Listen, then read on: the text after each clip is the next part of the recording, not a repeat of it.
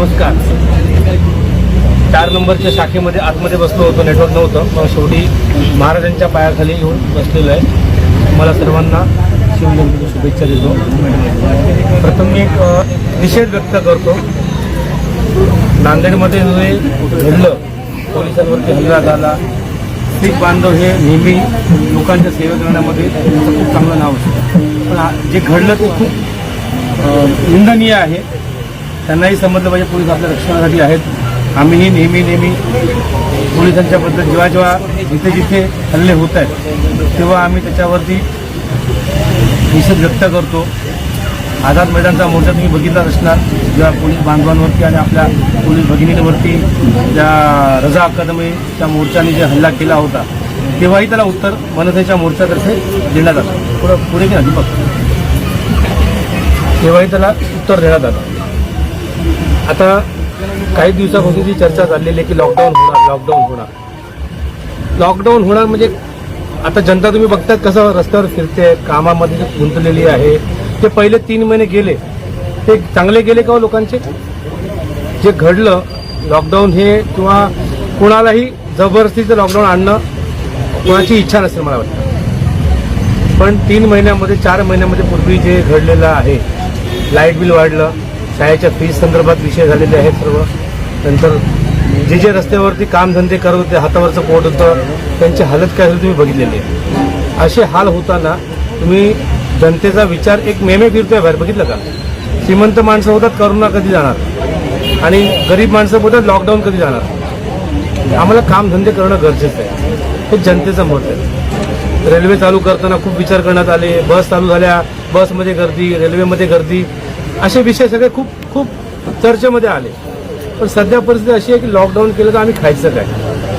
याच्या आधीच हप्ते भरताना सगळ्यांना त्रास झालेला आहे. बाईकचे हप्ते असेल, गाडीचे हप्ते असतील किंवा घराचे हप्ते असतील. सरकारने, देशाच्या सरकारने असून द्या किंवा महाराष्ट्र सरकारने असून द्या, फक्त मॉनिटरिंग लावलं आणि 3 महिन्यानंतर त्याचं व्याज परत वसूल केलेलं आहे. त्यात कुठेही मुभा दिली नाही आहे. शाळेची फी भरायची आहे. शाळा बंद असताना तुम्ही शाळेची फी मागतात आमच्याकडे, तेही 100%. सरकार आदेश देतं, कोर्टातनं आदेश येतात की पूर्ण फी भरायला लागणार. हे सरकार आहे की काय आहे? म्हणजे जेव्हा हे असे जेव्हा आता काही निर्णय येतात, परवा औरंगाबादमध्ये पण जे घडलं, लॉकडाऊन लावला आणखी नंतर कॅन्सल करण्यात आला, असे निर्णय आले की मग जनता रस्त्यावरती उतरणार आणि ह्या गोष्टींना उत्तर देणार. मी शिक्षण विभागाला विनंती करतो, वर्षाताई गायकवाड शिक्षण मंत्री आहेत, त्यांना मी विनंती करतो, हात जोडून विनंती करतो, जनतेच्या समस्या समजा. आज GH हायस्कूल बोरली ईस्टला आहे, तिकडची एक महिला आमच्याकडे आली होती. आमच्या महिला पदाधिकाऱ्यांनी तिच्या फीसाठी बोलणं केलं. 6,000 फी बाकी आहे. बघा म्हणजे परिस्थिती केवढी वाईट आहे बघा, की बाई 6,000 पण भरायला तयार आहे की माझ्या मुलीचं शिक्षण गेलं नाही पाहिजे. 2,000 करून मी भरते, मला वेळ द्या फक्त. ती बाई असं म्हणते. प्रिन्सिपलचं म्हणणं असं होतं की पूर्ण फी भर, त्यात एक काम कर, तू महानगरपालिकेच्या शाळेचा तुला जमत नसेल तर ती बाई घरकाम करून आपल्या मुलीचं शिक्षण करत असेल तर प्रिन्सिपल असं बोलणं कितपत योग्य आहे? वर्षातही ह्या सर्व विषयांवरती तुम्ही लक्ष घाला. 50% तरी कमीत कमी फी माफी मिळाली पाहिजे. कारण की computer fee, lab fee, tuition fee द्यायला आम्ही तयार, पण टर्म फी, या बसेसच्या फी, बसच्या ड्रायव्हरला पगार दिला का यांनी? कोणाच पगार दिला नाही. परंतु स्टाफ काम करतोय त्यांचा पगार 30% 40% कट केलेला आहे. ज्यांना घरी बसलो त्यांना 50% पगार देतात. मग तुम्ही आमच्याकडनं 100% फी का घेतात? आणि आता काही शाळांनी तर चतुराई केलेली आहे. जी लॅब फी, कॉम्प्युटर फी जी होती ती ऍड करून ट्युशन फीज वाढवली पूर्ण. ही चतुराई केली असली तरी 50% फी माफी आम्हाला द्यावी, हे वर्षाताईंकडे माझं कळकळीची माझी विनंती आहे. आम्ही निवेदन द्यायला काल येणार होतो 2 तारखेला, पण त्यांनी चर्चेसाठी वेळ दिला नाही. फक्त निवेदन द्या असं आम्हाला त्यांच्या वरिष्ठांकडनं कळलं. निवेदन देऊन कागदात घेणार आणि तुम्ही कागद टाकून देणार. आम्हाला लोकांच्या समोर चर्चा करायची. उत्तर मुंबईतल्या जवळजवळ सर्व शाळांमधले 1-2 प्रतिनिधी ते येणार होते. तुम्ही आम्हाला वेळ द्या.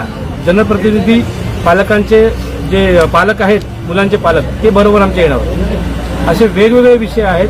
त्या लॉकडाऊन संदर्भात जे आपण बोलतोय, लॉकडाऊन लावणार, 2 तारखेला लॉकडाऊन होईल किंवा त्याच्यानंतर होऊ शकतं, 15 दिवस लॉकडाऊन करणं गरजेचं आहे, तुम्ही या एवढ्या दिवसांमध्ये हॉस्पिटलच्या ट्रीटमेंट्स का नाही वाढवल्या, हॉस्पिटलमध्ये सुविधा का नाही उपलब्ध करून दिल्या, झोपले होते तुम्ही, तुमच्याकडे बेड्स आहेत ना, मग कशाला लॉकडाऊन करताय?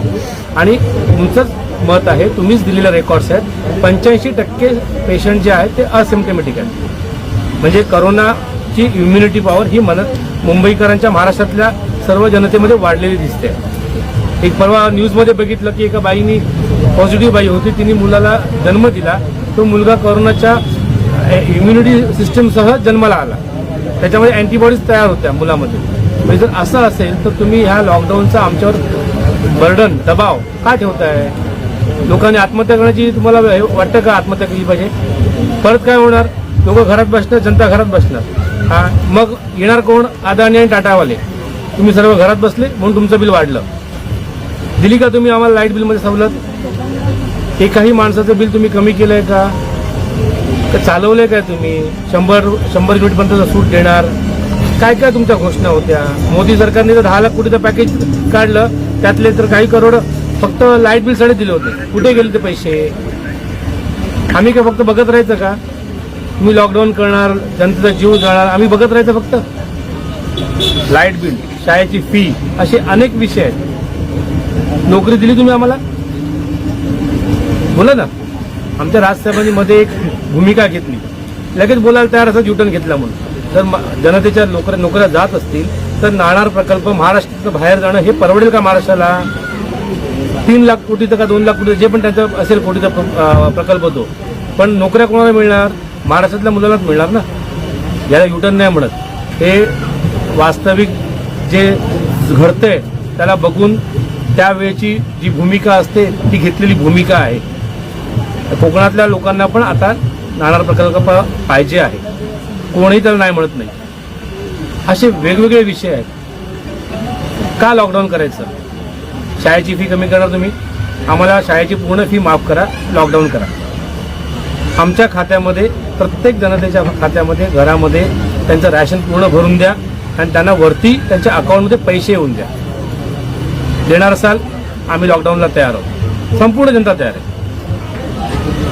शाळेची फी, इलेक्ट्रिसिटी 3 महिने जर किंवा 15 दिवस जर तुम्ही लॉकडाऊन करणार आहेत, इलेक्ट्रिसिटी बिल माफ करा. काय करायची ताकद? जनता बिल भरायला तयार आहे, जनता शाळेची फी भरायला तयार आहे. पण जे अवाजवी आहेत, जे इलिगल तुम्ही लावताय चार्जेस, ते आम्ही भरणार नाही. पण तुम्ही आता जर करणार असाल लॉकडाऊन, तर तुम्ही त्या विषयावरती आम्हाला उत्तर द्या. पहिला आहेत तुमच्याकडे उत्तरं? काही पॉईंट्स माझ्याकडे आहेत, विसरू नये म्हणून मी दुसऱ्या ह्याच्यात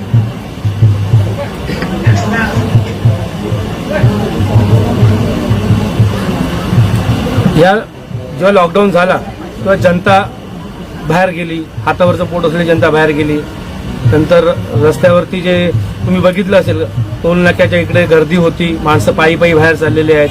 काही लोक इथून UP गेली, कुठे कुठे गेलेत पायी त्यांना माहिती. तसं वाहन साधन मिळेल तसं त्यांची सोय पहिला करणारच तुम्ही.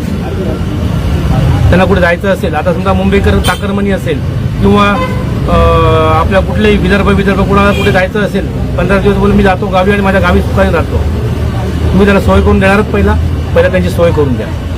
रस्त्यात जाताना त्यांची उपासमार होऊ नये म्हणून त्यांना पहिला त्यांचा बंदोबस्त करून द्या. मग तुम्ही लॉकडाऊनचा विचार करा. जेव्हा उपासमार होईल, रस्त्यावरती तुमचे स्टॉल्स लागणार आहेत का? शिवभोजन 10 रुपये देणार म्हणून तुम्ही सांगितलं सरकारने, कुठे मिळालं मला दिसलं नाही असं कुठे महाराष्ट्रामध्ये, मुंबईमध्ये. जे बघत असेल त्यांनी सांगावं 10 रुपये शिवभोजन कुठे मिळतंय का? हे पण दिलं असेल तर कुठे 1-2 स्पॉट असेल त्यांचे, डिक्लेअर करा ना जनतेमध्ये की जिथे जेवण मिळत नाहीये तिकडे त्या. आमदार, खासदार हे सगळे क्वारंटाईन झाले होते, नगरसेवक क्वारंटाईन झाले होते, होम क्वारंटाईन ना, ते जनतेच्या मध्ये आलेच नाहीत कधी. या परिस्थितीमध्ये आत्ता जर लॉकडाऊन केलं तर पहिला आमदार आणि नगरसेवकांना रस्त्यावरती उभं ठेवा. जिथे ज्याला गरज लागेल तिकडे पहिला नगरसेवक पोहोचला पाहिजे, आमदार पोहोचला पाहिजे. नाहीतर त्यांचं नगरसेवक पद रद्द करा. नगरसेवक का बनलेत? जनतेच्या कामासाठी. आमदार का बनलेत? जनतेच्या कामासाठी. सगळं झालं जेव्हा मुख्य वादाचे विषय होते, जेव्हा मुख्य कोरोनाची भीती होती, औषध येत नव्हतं, त्या टायमाला हे सगळे घरात बसले होते. आणि आता हे लोक रस्त्यावरती दाखवायला की आम्ही काम करतोय. ह्याच्यासाठी हा सरकारचा आटापीठ आहे की बघा आम्ही लॉकडाऊन केल्यावरती आमचे सगळे आमदार नगरसेवक रस्त्यावरती कसे फिरतायत ते दाखवण्यासाठी करतायत. मला वाटतं जनता सुज्ञ आहे. आयुष्यातला सर्वात वाईट काळ हा पॅन्डेमिकमध्ये या 8-9 महिन्यात वर्षामध्ये आलेला आहे. हा मला वाटतं कोणाच्याच आयुष्यामध्ये 100 वर्ष आता जर जगत असेल तो व्यक्ती त्याच्याही आयुष्यात कधी असा काळ आला नव्हता. या परिस्थितीमध्ये जर तुम्हाला जनतेची सेवा करायला एक चान्स मिळाला होता नगरसेवक आमदार खासदारांना, तर हे लोक आले का रस्त्यावर? नाही आले. आपण मत देतो तेव्हा काय बघतो की मोदीजी तिथे देशाचं रक्षण करतात म्हणून आपण मत दिलं. आता नगरसेवकच्या पदासाठी मोदीजी येत नाही आहेत हा तुम्ही विचार का नाही करताय? आणि मला अभिमान आहे अशा परिस्थितीमध्ये आमचे महाराष्ट्र सैनिक मनसेचे कार्यकर्ते हे रस्त्यावरती उभे होते. त्याचा मला अभिमान आहे. कुठल्या गल्लीत कुठेही बघा, कुठल्याही शाखेत बघा, तुम्ही हाक मारा, मनसेवाले भेटले. शाळेच्या फीसाठी अभिमान आहे, मनसे रस्त्यावरती उतरली. लाईट बिल संदर्भात आंदोलन करताना मनसे रस्त्यावर उतरली. कुठे होते भाजपवाले? भाजपने काहीतरी 1 महिन्यापूर्वी आंदोलन केलं. विरोधी पक्ष आहेत ना तुम्ही, तुमच्याकडे आमदार नगरसेवक सगळं आहे. आमचा एक आमदार एक नगरसेवक, तरी आम्ही रस्त्यावरती आहेत. अभिमान आहे मला या गोष्टीचा. आणि सरकारबद्दल काय बोलून उपयोगच नाहीये. फक्त हात धुवा, मास्क लावा, सॅनिटायझर वापरा. घरात बसून तुम्ही हात धुवायला सांगतायत मला. 15 मिनिटांनी हात धुवा, अर्धा तासाने हात धुवा. आणि मी माझ्या घरातच बसलोय. मास्कचं कॉन्ट्रॅक्ट दिलेलं आहे. वेगवेगळे विषय आहेत तुम्ही बघा. फक्त मास्क असा ठेवला ना तरी लोक फाईन मारतात. महानगरपालिकेने 10 लाखाचं कॉन्ट्रॅक्ट प्रत्येक कॉन्ट्रॅक्टरकडनं घेतलेले आहेत आणि त्यांना कॉन्ट्रॅक्ट दिलंय. तुम्ही त्यांना 10 लाखाचं द्या, 50 लाखाचं द्या, त्यांच्याकडे किती रुपये घ्या, पण जनतेला त्रास देऊ नका. कॉन्ट्रॅक्ट काय दिलंय? मास्क नसेल तर फाईन मारा. मास्क खाली आहे, थोडा श्वास घ्यायला संधी द्या आम्हाला. गुदमरून म्हणणार का आम्ही? जास्त त्रास या भीतीमुळे आणि ह्या मास्कमुळे आम्हाला होतो. थोडं खाली गेलं तर फाईन.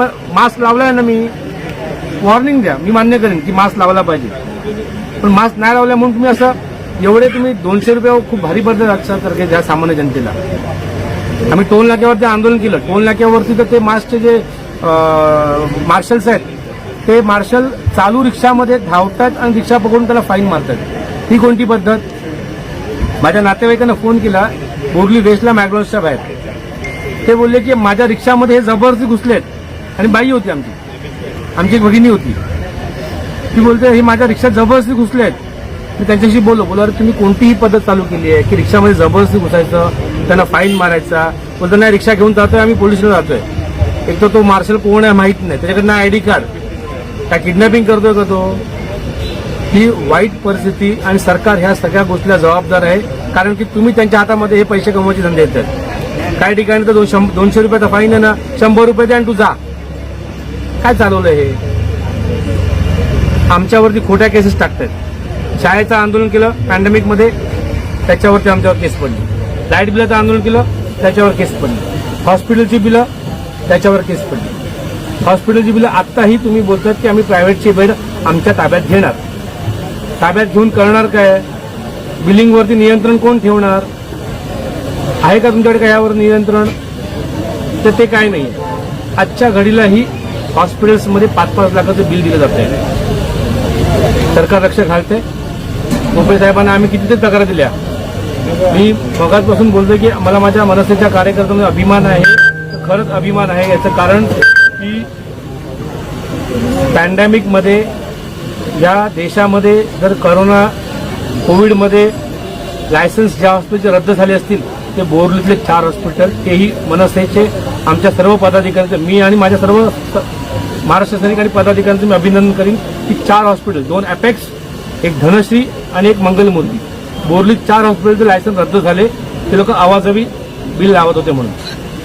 काहीतरी 10,000 रुपये पीपी किट, 5,000 रुपये पीपी किट, त्यांच्या मनाला येईल तसं. ऑक्सिजनच्या बाटल्याचे पैसे वेगळे, जे ऑक्सिजन चेकिंगचं ऑक्सिमीटर होतं माहिती ना, बोटाला लावायचे आपण, त्याचे 300 रुपये रोजचे लावायचे. 500 रुपयात ऑक्सिमीटर मिळतं आणि तुम्ही चेकिंगचे 300 रुपये लावताय. या पद्धतीने खूप लूटमार झालेली आहे पॅन्डेमिकमध्ये. आणि मला वाटतं सरकारला हा धंदा असा चालवायचा आहे म्हणून सरकार लॉकडाऊन करतंय.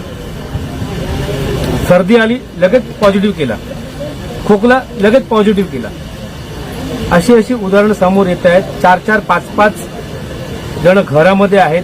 एकालाही सिम्पटम नाही आहेत आणि सगळे पॉझिटिव्ह. जगायचं कसं सांगा ना आम्हाला तुम्ही. आणि महाराष्ट्रात 50%, देशातले 50% पेशंट महाराष्ट्रात आहेत. म्हणजे मला वाटतं ह्या दोन्ही सरकारमधला हा भेदभाव जो चाललाय ना, यांचं जे उंदीर मांजराचा खेळ चाललाय, म्हणून इकडे काय म्हणजे मग पहिला पण आलं ज्या चेकिंग किट होत्या त्या खराब यायच्या, असं काय खराब किट इकडे पाठवतात की काय, हा माझा संशय आहे. म्हणजे मोदीजी महाराष्ट्रावरती कसे जबरदस्ती लागतात किट, हा माझा संशय आहे. त्याला उत्तर कोण देऊ शकणार नाही. तसं ईव्हीएम मध्ये मतं कुठे जातात हे कळत नाही, तसं या किटमधून एकदा पॉझिटिव्ह एकदा निगेटिव्ह असे पण रिपोर्ट देतात हे लोक. एकाच व्यक्तीला आज पॉझिटिव्ह उद्या निगेटिव्ह, आज निगेटिव्ह उद्या पॉझिटिव्ह, असे कसे येतात. आमचा एक मित्र एअरपोर्टवरून चालला होता, तर तिथे त्याचा रिपोर्ट पॉझिटिव्ह आला. तो रिपोर्ट पॉझिटिव्ह आला तर पाणी प्यायला जातो बोला आणि पळून गेला आणि सुरतला जाऊन रिपोर्ट काढला. तिकडे त्याचा रिपोर्ट निगेटिव्ह आला. गुजरातचा मित्र होता. शेवटी इंटरनॅशनल फ्लाईट प्रकारला मुंबईला यायला लागतं. हे काय म्हणजे काय चाललंय. मला लॉकडाऊनवरती विरोध नाही, पण तुम्ही पहिला जे केलं होतं ते काय केलं होतं. लॉकडाऊननी कोरोना कंट्रोलमध्ये आला का, नाही आला ना. मग आता पुन्हा का लागतात आमच्यावरती. करणार असाल पहिली गोष्ट शाळेची फी पूर्ण माफ करा. ICSE board, CBSE board, Marathi माध्यम, कोणतंही माध्यम असून द्या. कारण की शेवटी त्या आयसीएसई सीबीएसईच्या शाळा त्या बोलतात की आम्ही महाराष्ट्रातले हे नाहीये. नाही, मी मानत नाही. तुम्ही भाषा मराठी वापरतायत, तुम्ही मुंबईत जागा वापरतायत, तुम्ही मुंबईची लाईट वापरतायत, तुम्ही मुंबईचं पाणी वापरताय महानगरपालिकेचं, तर तुम्हाला सर्व मुंबईचे कायदे, महाराष्ट्राचे कायदे लागू होतात. महाराष्ट्र सरकारचा त्यांच्यावरती कंट्रोल असला पाहिजे. फी माफ करा. लाईट बिल जर 15 दिवस असेल तर ते 15 दिवस लाईट बिल लावलंच नाही पाहिजे. 15 दिवस लाईट बिल पूर्ण माफ झालं पाहिजे. शाळेची फी मी पूर्ण माफ करा म्हणून सांगत नाहीये, करेक्शन करतो. 50% फी माफ झालीच पाहिजे काही करून. कारण की ज्या टीचर शिकवत आहेत त्यांचा आदर आहे आम्हाला, त्या शिक्षण देतात. पण तुम्ही आता बोलाल की आमचा बाकीच्या स्टाफचा खर्च आणि हे खर्च तुम्ही त्यांना पगार कमी दिलेला आहे आणि त्या शाळेत येतच नाहीयेत.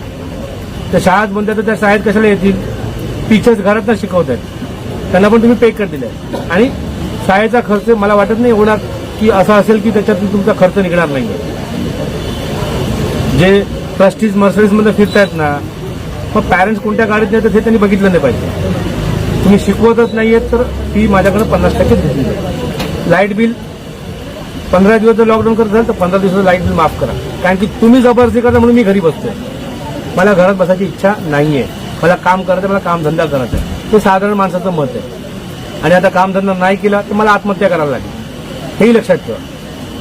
ते तो दुकानदार असून द्या, त्याच्या दुकानाचं भाडं जातंय, त्याचा कुठला हप्ता असेल तो जात असेल, त्याच्यानंतर तुम्ही लॉकडाऊन करणार, दुकान पूर्ण बंद. भाडं देऊ नका मोदीजी बोलले, भाडं वसुली केलं नाही पाहिजे, सर्व सांगितलं. मग तो जर ज्याने दुकान भाड्याने दिले तो माणूस काय खाणार. सर्व गोष्टीचे विचार करावे लागतात. त्याचंही घर त्या भाड्यावर चालतंय, हे विचार तुम्ही करणारच का. कोणत्या परिस्थितीमध्ये तुम्ही लॉकडाऊन आणतायत. आणि हा जाचक लॉकडाऊन पहिला आलेला आम्ही मान्य केला. जनता कर्फ्यू असेल, लॉकडाऊन असेल, आम्ही मान्य केला आणि आम्ही पाळलाही. त्याच पद्धतीने आम्ही पाळला. पण आता लॉकडाऊन आणलं तर मी विनंती करीन की हा लॉकडाऊन आमच्यावरती जाचक लॉकडाऊन लादू नका. व्यापारी वर्ग, दुकानं आता कुठे पण सेटल व्हायला लागलेत.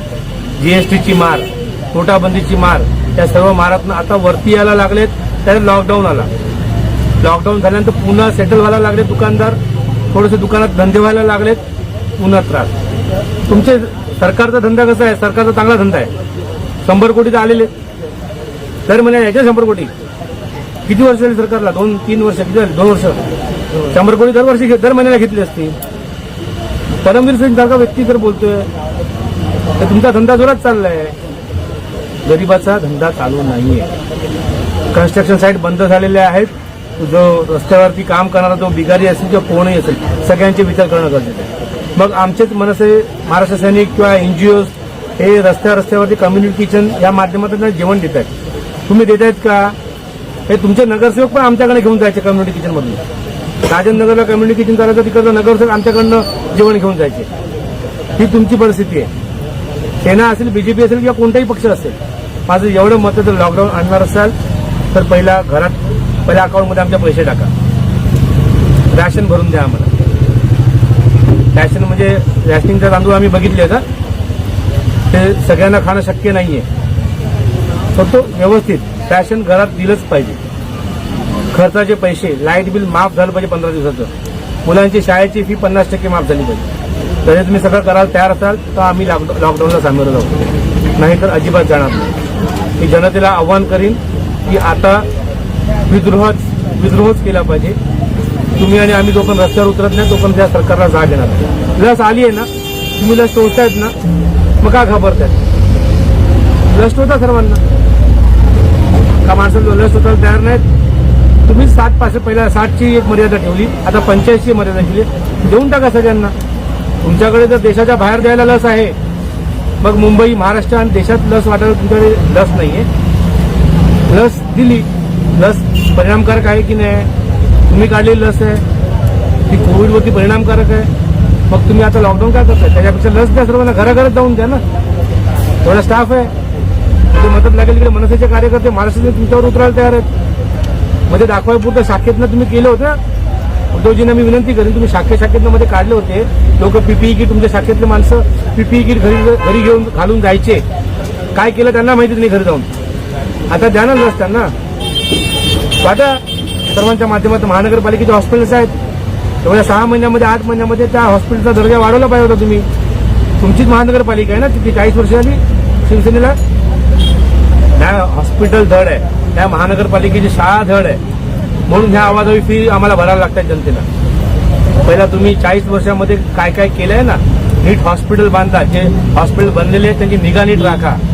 तिथे गेल्यावरती माणसाला वाटलं पाहिजे की मी चांगल्या हॉस्पिटलमध्ये आलोय. तो मेंटली आधीच डिस्टर्ब होतो की इथे आलो, आता माझं काय होईल. सर्व सुविधा नीट द्या. लॉकडाऊनचा विचार मी हात जोडून विनंती करेन. तुमच्याकडे त्याचा ऑप्शन जर असेल तर त्याचा उपयोग करा.